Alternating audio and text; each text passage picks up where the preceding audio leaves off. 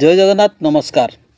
आसतु नजर पकेबा मयूरभंज जिलार आज top news update कौन कौन सब रही किंतु तापूर्व आपण मानक गोटे अनुरोध वीडियोटी को संपूर्ण देखंतु आ जो मैंने प्रथम करी चैनल को आछंती सब्सक्राइब करंतु जाफल प्रत्येक नूतन वीडियो नोटिफिकेशन आपण सर्वप्रथम पाई परिबे। आजिर प्रथम खबर बेतनटी थाना अधीन कड़छक उपकंठ केरकसाही पटास जंगल में जैनिक अपरिचिता महिला हत्या कर फिंगिदेवा घटन मृत महिला परिचय पाई मंगलवार अपराह 4टार मजिस्ट्रेट और मृता महिला शाशु शशुर उपस्थित चिन्हटपूर्वक शव व्यवच्छेद कर अंत्येष्टिक्रिया संपन्न कराइला बेतनटी पुलिस। मृता महिला जनक होउचंती बेतनटी थाना अंतर्गत दईकोठी पंचायत अधीन आगड़ा उपकंठ गुड़ीसाही ग्रामर राधाकृष्ण पात्रर स्त्री तुलसी पात्र प्राय वर्षक पूर्व राधाकृष्ण को विवाह करथिले। तेबे कौनसी कारणरू राधाकृष्णर स्त्री तुलसी को अत्यंत नृशंस भाव में हत्या करी जंगल में फिंगी देइथिला। सेतेबेले बेतनटी पुलिस साइंटिफिक टीम सहायता तदंत आरंभ करिଥିବା बेले मृत महिला परिचय पाइबाकू मयूरभंज जिलार विभिन्न स्थान को मृता महिला फोटो पठाइଥିବା बेले विशेष सूत्ररू बेतनटी पुलिस मृता महिला परिचय पाई मजिस्ट्रेट को उपस्थित शाशु शशुर को चिन्हट कराइथिला। यापर मंगलवार अपराह शवच्छेद कर अंत्येष्टिक्रिया संपन्न कराଯାଇଛି। एपटे हत्याकांड पर अभियुक्त जल्लाद स्वामी राधाकृष्ण फेरार थिबा बेले बेतनटी पुलिस एकाधिक टीम मयूरभंज एवं बालेश्वर जिलार विभिन्न स्थान में चढ़ाऊ करने आरंभ कर दी। परवर्ती खबर बारिपदार 10 जन अणसंगठित श्रमिकों को अधिकारी माने चिन्हट करी OUWSSB अधीन आवेदन प्रक्रिया और लाभ विषय सचेतनता कराइथिले। सूचना अनुसार मयूरभंज जिले में बारिपदा पौरपालिका अंचल 10 जन अणसंगठित श्रमिकों को श्रम अधिकारी माने चिन्हट करथिबा बेले OUWSSB अधीन आवेदन प्रक्रिया एवं यार लाभ विषय सचेतनता कराइथिले। एथिसहित निकटस्थ मो सेवा केन्द्र रे आवेदन करने को परामर्श देथिबार सूचना मिलची। ए संपर्क में विभाग पक्षरु सोशल मीडिया रे मंगलवार 3:37 समय सूचना प्रदान करा जायछि। परवर्ती खबर बांगरीपसी स्थित खैरी रिसोर्ट ठारे बीजेपी मंडल स्तरीय कर्मशाला अनुष्ठित। जोगदेले बीजेपी जिला उपसभापति बांगरीपसी स्थित खैरी रिसोर्ट ठारे बीजेपी मंडल स्तरीय कर्मशाला अनुष्ठित होइछि। एथिरे मुख्य अतिथि भाव बीजेपी राष्ट्रीय परिषद सदस्य सुगदा मुर्मू, बीजेपी जिला सभापति दलगोविंद बेहरा, ब्लॉक सभापति संजय नायक जोग देइथिबा बेले तांको सहित बीजेपी बहु कर्मकर्ता एही कार्यक्रम में जोग देइथिले। एही कर्मशाला रे विभिन्न प्रसंग रे आलोचना करा जायथिला। परवर्ती खबर मिलन पड़ियाठारे उपखंड स्तरीय कृषि यंत्रपाति मेला उद्घाटित। जोग देले राज्य जंगल परिवेश एवं श्रम मंत्री करंजिया समेत 5 पीढ़ी उपखंड रे कृषि एवं कृषकर विकास पर स्थानीय मिलन पड़ियाठारे उपखंड स्तरीय कृषि यंत्रपाति मेला दिवा 12 घटिका समय उद्घाटित हो जाइछि। उपजिलापाल प्रेमांशु चांद को आवाहकत्व यही मेला 3 दिन धरी चलवाक थिबा बेले यार उद्देश्य रही अत्याधुनिक ज्ञानकौशल मध्य चाषी माने किपरि अधिक उत्पादन करिपारिबे। दिवा 12 घटिका समय जिला कृषि अधिकारी सिद्धांत देहुरी सभापतित्व अनुष्ठित उद्घाटन कार्यक्रम में मुख्य अतिथि भाव राज्य जंगल परिवेश एवं श्रम मंत्री इंजीनियर गणेश राम सिंह खुंटिया, सम्मानित अतिथि भाव मयूरभंज सांसद नवचरण माझी, करंजिया विधायक पद्मचरण हाइब्रू, उपजिलापाल श्रीचांद, जिला परिषद अध्यक्षा भारती हांसदा, करंजिया ब्लॉक अध्यक्षा सुभद्रा मारंडी, कृषि विज्ञान दीपक कुमार नायक, करंजिया कृषि जिला अधिकारी तपन कुमार महापात्र प्रमुख जोगदे जगन्नाथ प्रतिमूर्ति रे माल्यार्पण और प्रदीप प्रज्वलन करी कार्यक्रम को उद्घाटन करथिले। स्थानीय कलाकार मान द्वारा वंदे उत्कल जननी गान करी सभा कार्य आरंभ करा जायथिला। कृषि यंत्रपाति प्रयोग द्वारा कृषक मानकर उन्नति हेबा सह आय को द्विगुण करि परिबे बोली अतिथिगण निज निज वक्तव्य प्रकाश करथिले। परवर्ती खबर जामदा साइटारे बीडीओ अध्यक्षतार पीएम जनमन योजनार शिविर अनुष्ठित। मयूरभंज जिलार जशपुर निर्वाचन मंडली अधीन जामदा साइटारे दिवा 12 घटिका समय स्थानीय बीडीओ अध्यक्षतार पीएम जनमन योजनार शिविर अनुष्ठित हो जाइछि। ଏହି ଶିବିରରେ ସରକାରଙ୍କର ବିଭିନ୍ନ ଲାଭଦାୟକ ଯୋଜନାର ବିଷୟରେ ସ୍ଥାନୀୟ ଲୋକଙ୍କୁ ଅବଗତ କରାଯାଇଥିବା ଦେଖିବାକୁ ମିଳିଥିଲା। ଏହି ଯୋଜନାରେ ଲୋକେ କିପରି ଲାଭ ଉଠାଇ ପାରିବେ ସେ ନେଇ ଆଲୋଚନା କରାଯାଇଥିଲା।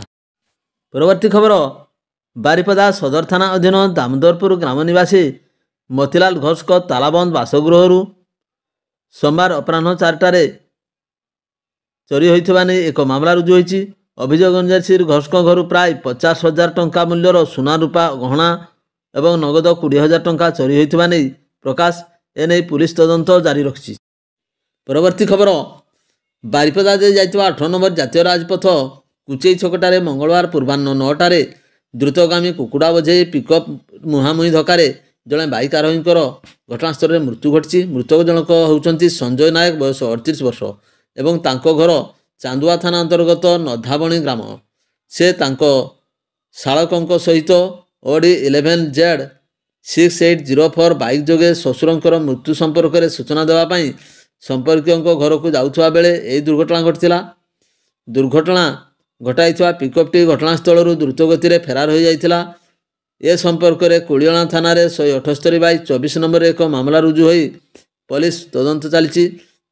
ସ୍ଥାନୀୟ ପଣ୍ଡିତ ରଘୁନାଥ ମୁର୍ମୁ ମେଡିକାଲ କଲେଜ ଏବଂ ହସ୍ପିଟାଲରେ ମୃତକଙ୍କର ଶବ ବ୍ୟବଚ୍ଛେଦ ପରେ ତାଙ୍କ ପରିବାରକୁ ହସ୍ତାନ୍ତରିତ କରାଯାଇଛି। ଉକ୍ତ ସ୍ଥାନରେ ବାରମ୍ବାର ଦୁର୍ଘଟଣା ଘଟି ମୃତାହତ ସଂଖ୍ୟା ବୃଦ୍ଧି ପାଉଥିବା ନେଇ ସ୍ଥାନୀୟ ଲୋକ ମଧ୍ୟରେ ଉତ୍ତେଜନା ପ୍ରକାଶ ପାଇଥିଲା ଏବଂ ଉକ୍ତ ସ୍ଥାନରେ ଏକ ଗଳାପୋଳ ପାଇଁ ଦୀର୍ଘ ବର୍ଷ ଧରି ଦାବି ହୋଇଆସୁଥିଲେ ମଧ୍ୟ ତାହା କରାଯାଉନଥିବା ଦାବି ନେଇ ସ୍ଥାନୀୟ ରାଜପଥକୁ ପୂର୍ବାହ୍ନ 9 ଘଟିକାରୁ ଅବରୋଧ କରାଯାଇଥିଲା। ଫଳରେ ରାଜପଥର ଉଭୟ ପାର୍ଶ୍ୱରେ ଶତାଧିକ ଯାନବାହନ ଅଟକି ରହିଥିଲା। ଘଟଣାସ୍ଥଳରେ କୁଳିଅଣା ତହସିଲଦାର ଓ ପୋଲିସ ପହଞ୍ଚି ଆନ୍ଦୋଳନକାରୀଙ୍କୁ ବୁଝାସୁଝା କରିବା ପରେ ରାସ୍ତା ଅବରୋଧ ପ୍ରତ୍ୟାହୃତ ହୋଇଥିଲା। ପରବର୍ତ୍ତୀ ଖବର, କୁଳିଅଣା ଥାନା ଅଧୀନ ଜାମତା ଗ୍ରାମର ରାମେଶ୍ୱର ମନ୍ଦିର ପୂଜକ ସୁବୋଧ କୁମାର ମିଶ୍ରଙ୍କ ସୋମବାର ମଧ୍ୟାହ୍ନ ସମୟରେ ବାଇକ୍ ଚୋରି ହୋଇଯାଇଥିବା ନେଇ 176/24 ନମ୍ବରରେ ମାମଲା ରୁଜୁ ହୋଇଛି। ପୂଜକ ଶ୍ରୀ ମିଶ୍ରଙ୍କ ଅଭିଯୋଗ ଅନୁଯାୟୀ ସେ ମନ୍ଦିର ସମ୍ମୁଖରେ ତାଙ୍କର ବାଇକ୍ OR 11AE3740କୁ ରଖି ବାବା କାମେଶ୍ୱର ମନ୍ଦିରକୁ ପୂଜା କରିବା ପାଇଁ ସବୁଦିନ ଯାଇଥାନ୍ତି। ଘଟଣା ଦିନ ମଧ୍ୟ ତାଙ୍କର ବାଇକ୍ଟିକୁ ମନ୍ଦିର ସମ୍ମୁଖରେ ପୂର୍ବାହ୍ନ 8ଟାରେ ରଖି ମନ୍ଦିର କାମ ସାରି ଅପରାହ୍ନ 1ଟା ସମୟରେ ମନ୍ଦିରରୁ ବାହାରିବା ପରେ ବାଇକ୍ଟି ନଥିବା ଦେଖିବାକୁ ପାଇଥିଲେ। ପୁଲିସ ତଦନ୍ତ କରୁଥିଲେ ମଧ୍ୟ କୌଣସି ସୁରାକ ମିଳିପାରି ନାହିଁ। ପରବର୍ତ୍ତୀ ଖବର, ମୟୂରଭଞ୍ଜ ଜିଲ୍ଲା ଠାକୁରମୁଣ୍ଡା ଥାନା ଅନ୍ତର୍ଗତ ନୂଆସାହିରେ ସଡ଼କ ଦୁର୍ଘଟଣାରେ 2 ଜଣ ଇଞ୍ଜିନିୟର ଛାତ୍ରଙ୍କର ମୃତ୍ୟୁ ଘଟିଛି। କରଞ୍ଜିଆ ବ୍ଲକ କଳାକାଦ ଇଞ୍ଜିନିୟରିଂ କଲେଜରେ ପଢ଼ୁଥିବା 2 ଜଣ ଛାତ୍ର ଶରତ ଅଞ୍ଚଳକୁ ଯାଉଥିବା ବେଳେ ଅପରାହ୍ନ 2ଟା ସମୟରେ ଠାକୁରମୁଣ୍ଡା ନିକଟସ୍ଥ ଠାକୁରମୁଣ୍ଡା କପ୍ତିପଦା ରାସ୍ତାର ଦିଗଧର ନୂଆସାହି ନିକଟରେ ସେମାନଙ୍କର ବାଇକ୍ ଦୁର୍ଘଟଣାଗ୍ରସ୍ତ ହୋଇଥିଲା। ମୃତ 2 ଜଣ ଛାତ୍ର ହେଲେ କେନ୍ଦୁଝର ଜିଲ୍ଲା ସାହାରପଡ଼ା ବ୍ଲକ ପାଟଣା ଥାନା ଅନ୍ତର୍ଗତ ବେଲସରେଇ ଗ୍ରାମର ଚୋଡ଼ଗଙ୍ଗଦେବ ମୁଣ୍ଡା 19 ବର୍ଷ ଓ ମୁଣ୍ଡୁରିପୋଷା ଗ୍ରାମର ବିକାଶ ମୁଣ୍ଡା 19 ବର୍ଷ ବୋଲି ଜଣାପଡ଼ିଛି। ମିଳିଥିବା ସୂଚନା ଅନୁଯାୟୀ ଚୋଡ଼ଗଙ୍ଗଦେବ ଓ ବିକାଶ ଏକ ବାଇକ୍ ନମ୍ବର 0109AC1324 ଯୋଗେ କଲେଜରୁ ଘରକୁ ଫେରୁଥିବା ସମୟରେ ଶରତ ଅଞ୍ଚଳରେ ଥିବା ଚୋଡ଼ଗଙ୍ଗଦେବଙ୍କ ବଡ଼ବାପା ଝିଅଙ୍କ ଘରକୁ ଯାଉଥିଲେ। ଦିନ ପ୍ରାୟ 2ଟା ସମୟରେ ସେମାନଙ୍କର ବାଇକ୍ ଭାରସାମ୍ୟ ହରାଇ ନୂଆସାହି ନିକଟ ବାଙ୍କ ରାସ୍ତା କଡ଼ରେ ଲାଗିଥିବା ସୁରକ୍ଷା ବାଡ଼ରେ ପିଟି ହୋଇଯାଇଥିଲା। ଖବର ପାଇ ଠାକୁରମୁଣ୍ଡା ଥାନା ପୋଲିସ ଘଟଣାସ୍ଥଳରେ ପହଞ୍ଚି ଉଭୟଙ୍କୁ ଉଦ୍ଧାର କରି ଠାକୁରମୁଣ୍ଡା ଗୋଷ୍ଠୀ ସ୍ୱାସ୍ଥ୍ୟ କେନ୍ଦ୍ରରେ ଭର୍ତ୍ତି କରିଥିଲେ। ଦୁର୍ଘଟଣାସ୍ଥଳରେ ଚୋଡ଼ଗଙ୍ଗଦେବଙ୍କର ମୃତ୍ୟୁ ଘଟିଥିବା ବେଳେ ସାଙ୍ଗରେ ଥିବା ବିକାଶ ଚିକିତ୍ସାଧୀନ ଅବସ୍ଥାରେ ଠାକୁରମୁଣ୍ଡା ଗୋଷ୍ଠୀ ସ୍ୱାସ୍ଥ୍ୟ କେନ୍ଦ୍ରରେ ମୃତ୍ୟୁ ଘଟିଥିଲା। ଠାକୁରମୁଣ୍ଡା ଥାନା ପୋଲିସ ଦୁର୍ଘଟଣାଗ୍ରସ୍ତ ବାଇକ୍କୁ ଜବତ କରି ଘଟଣାର ଅଧିକ ଅନୁସନ୍ଧାନ କରୁଛି। ପରବର୍ତ୍ତୀ ଖବର, ବାରିପଦା ସଦର ଉପଖଣ୍ଡ ଦାମୋଦରପୁର ସ୍ଥିତ ରେଳପୋଲ ରାସ୍ତାରେ ଚଳନ୍ତା ବାଇକ୍ରେ ସ୍ୱାମୀଙ୍କ ସହ ଯାଉଥିବା ପତ୍ନୀଙ୍କ ବେକରୁ ସୋମବାର ଦିନ ଦ୍ୱିପ୍ରହରରେ ବାଇକ୍ ଲୁଟିଆ ସୁନାହାର ଛିନତାଇ କରିଥିବା ନେଇ ସଦର ଥାନାରେ 216/24 ନମ୍ବରରେ ମାମଲା ରୁଜୁ ହୋଇଛି। ଅଭିଯୋଗକାରୀ ରାସଗୋବିନ୍ଦପୁର ଥାନା କରଞ୍ଜପଡ଼ା ଗ୍ରାମର ବ୍ୟବସାୟୀ ମଧୁସୂଦନ ବାରିକ ତାଙ୍କ ପତ୍ନୀଙ୍କ ସହ ବାଇକ୍ ଯୋଗେ ଆଡ଼ସିଲ ଗ୍ରାମରୁ କରଞ୍ଜପଡ଼ାକୁ ଯାଉଥିବା ବେଳେ ଦାମୋଦରପୁର ପୋଲ ପାଖରେ ଏହି ଛିନତାଇ ହୋଇଥିଲା। କଳା ରଙ୍ଗର ପଲ୍ସର ବାଇକ୍ରେ 2 ଜଣ ଲୁଟିଆ ମଧ୍ୟରୁ ବାଇକ୍ରେ ଚାଳକ ଧଳା ରଙ୍ଗର ଫୁଲ୍ ଟି ସାର୍ଟ ପିନ୍ଧିଥିବା ବେଳେ ପଛରେ ବସିଥିବା ସହଯୋଗୀ ଗୋଲାପୀ ରଙ୍ଗର ଫୁଲ୍ ଟି ସାର୍ଟ ପିନ୍ଧିଥିଲେ।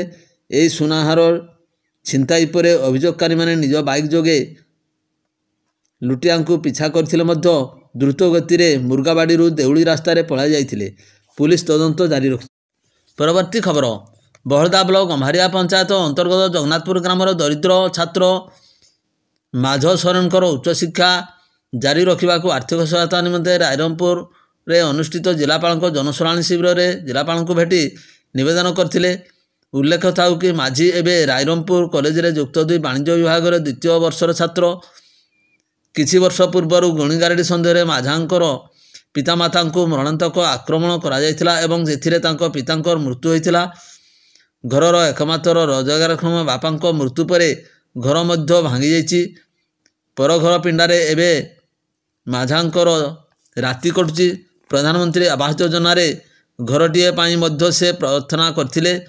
ମୟୂରଭଞ୍ଜ ଆଦିବାସୀ ଛାତ୍ର ସଂଗଠନ ମାସା ଆର୍ମି ବାମନଘାଟି ଉପଖଣ୍ଡ ସଭାପତି ଦାସମାତ ସୋରେନଙ୍କ ନେତୃତ୍ୱରେ ଉପଜିଲ୍ଲାପାଳଙ୍କ କାର୍ଯ୍ୟାଳୟରେ ଅନୁଷ୍ଠିତ ଜନ ଅଭିଯୋଗ ଶୁଣାଣି ଶିବିରରେ ମାଝ ଜିଲ୍ଲାପାଳଙ୍କୁ ଭେଟି ସହାୟତା ଯୋଗାଇ ଦେବାକୁ ନିବେଦନ କରିଥିଲେ।